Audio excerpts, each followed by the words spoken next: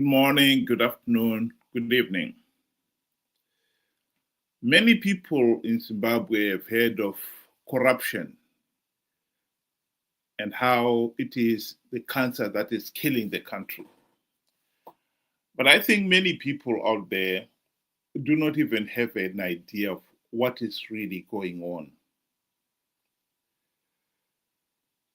More significantly, how the nation is being shortchanged. I'll deal with two aspects of it on this issue. How much is being stolen from the country and how little the nation is getting back. And the second aspect, how the proceeds from the corruption is what is actually fueling the political oppression. How tyrannical regimes have managed to stay in power using the looted wealth. So I'll play this video. I think to the listeners there, we have not had a chance to listen to it, The Gold Mafia on Al Jazeera. It's four sessions of it, episodes. I strongly recommend that you listen to it, because that is when you'll begin to appreciate the seriousness of corruption and what is involved. There's a lot to be learned from listening to this videos. But I'll play just a section of the beginning of it.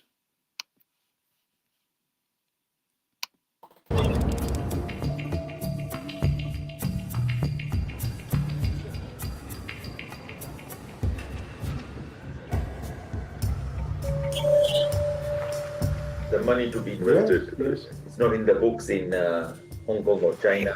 It is black money. These funds are substantial. Is it 100 million? Is it 50 million? Is it 10 million? Is it 20 million? Is it It's more than 100. Okay. Kamlesh Patni is one of Africa's most notorious gold dealers.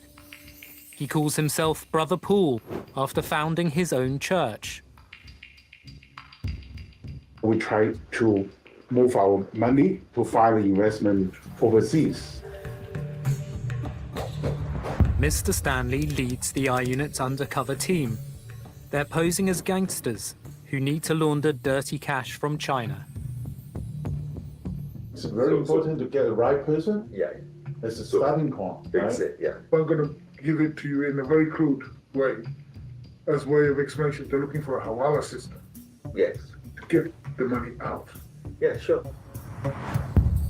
Johnny is posing as a black market trader, our Hawala man, who moves money across borders without using banks. And the Hawala system is based on trust Trust and connections. Yes.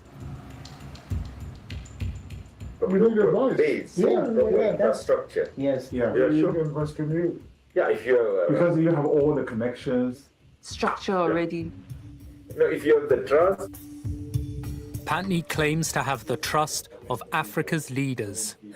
glory be to God, yeah. This is the President Mugabe. Oh my God. That's me. I got the award as Lifetime Africa Achievement Award. This is Uganda. This, Oh, that's you. this is me. Patni was made a peace ambassador by the Kenyan Council of Elders. This is the president of Kenya, Kibaki. This is the king from Ivory Coast. This is the President of South Africa at that time, Zuma. That is, of course, the AU, Africa Union chairman that time. You know him, the Libyan president, Gaddafi. He crowned the Libyan leader Muammar Gaddafi as the King of Kings of Africa.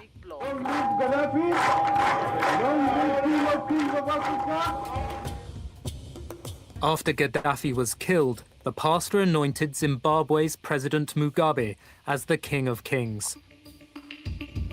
Mugabe was dethroned in a military coup in 2017.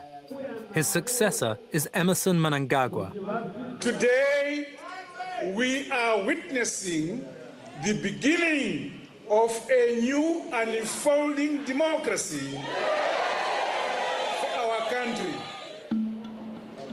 President Mnangagwa is using a UN climate change conference to attract foreign investment. Zimbabwe is open for business.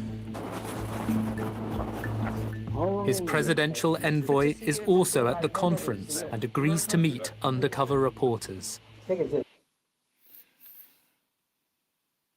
That is the tragedy of Zimbabwe. That is the tragedy of corruption. Corruption in Africa has spread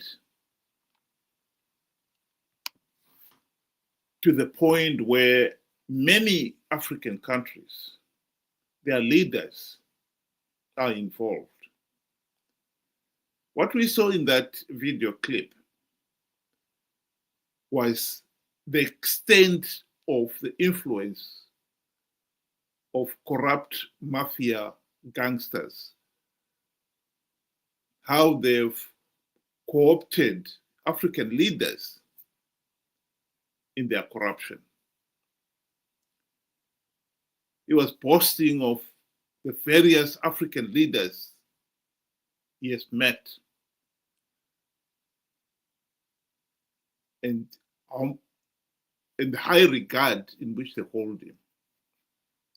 That is the tragedy of Africa. We keep having these problems because these people have become deeply embedded in our political system. And this is what makes it so difficult to uproot it.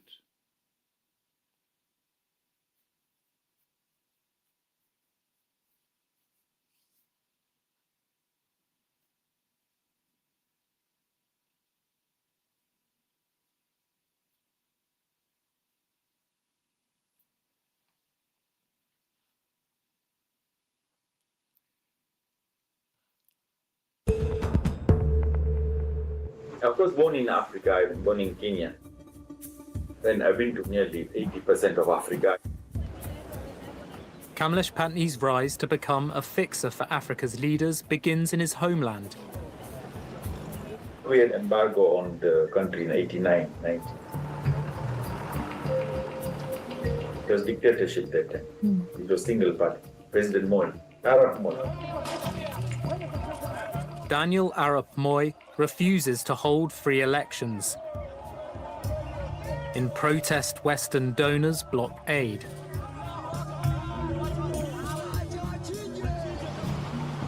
Patni then has a chance encounter. I was just 24 years old.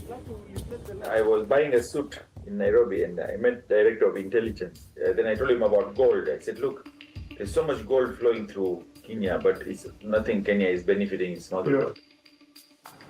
Patni tells the intelligence chief he has a solution.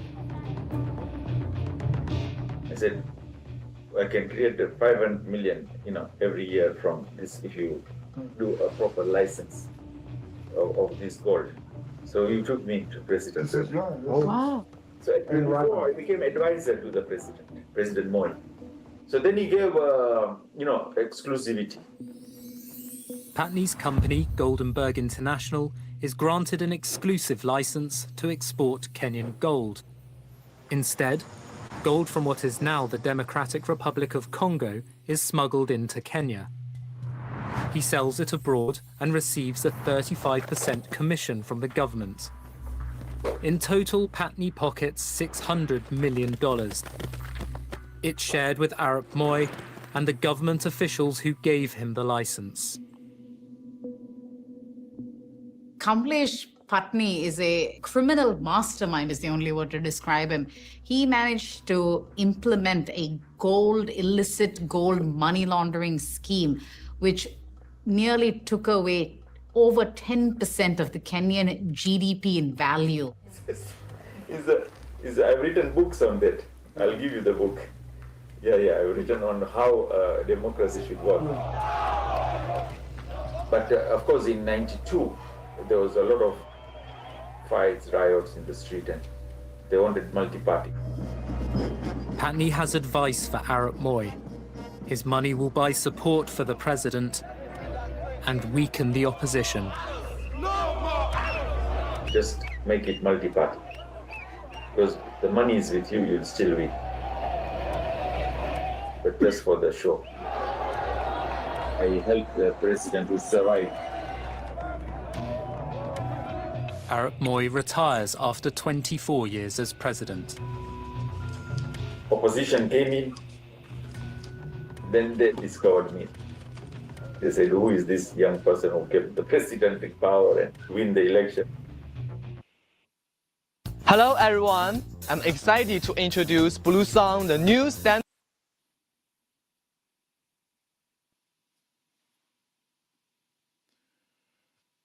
As we can see in that clip, the influence of those involved in corruption. To start with, the amount of money, of gold that was being exported was unbelievable.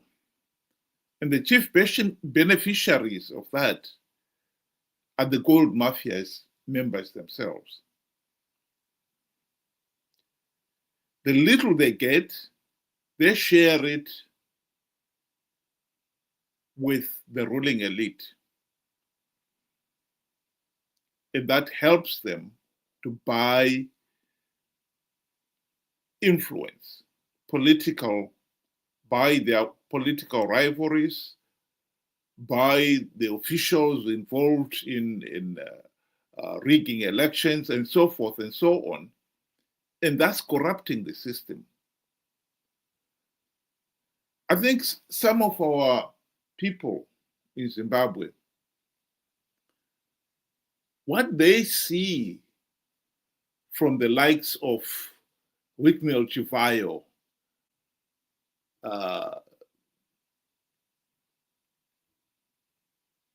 using some of the money, the looted wealth, to buy expensive cars, that is only the tip of the iceberg. The real money, the billions of dollars, is kept by the corrupt mafia and their godfathers. The ordinary people, what they get in cars and cash handouts and chicken in, this is small change. The money that is being siphoned in Zimbabwe, according to that documentary, is as much as 80% of the $2 billion US mining business in gold alone. 80%. That is 1.6 billion US dollars a year. The bulk of it is kept by the gold mafia operatives themselves. Because nothing is ever recorded, documented properly, so they're never audited. They buy gold from the small miners. They don't give any receipts. No record of it is kept as to the weight of the gold that they've bought. They then export it out of the country. No one knows how much they exported. They come back and declare that they had only 10% of the gold that they exported. And who is to say otherwise? No one. because no one was keeping any records. This particular tape is actually called the laundry, because instead of bringing in clean money, they bring in dirty money, which is then declared and considered clean money. And meanwhile, they are making a deal with whoever had the dirty money to help them clean their money. And so they profit again. No nation in its right mind should ever tolerate corruption. And in Zimbabwe, corruption has become rampant. And like I said, one of the prices we pay for it is that it has made Mnangagwa and those around him incredibly rich and powerful. The video, the picture I've shown you here earlier on was of one of the members of the apostolic faith praising Mugabe because they'd been to State House and they were given chicken. But to be quite honest, this has become the norm now.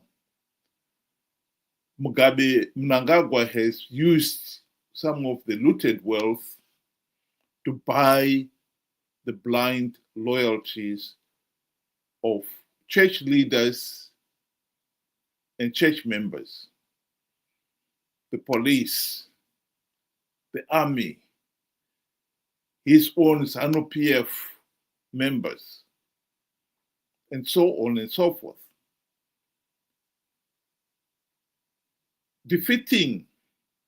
Removing Mnangagwa from office is proving to be mission impossible because he is loaded.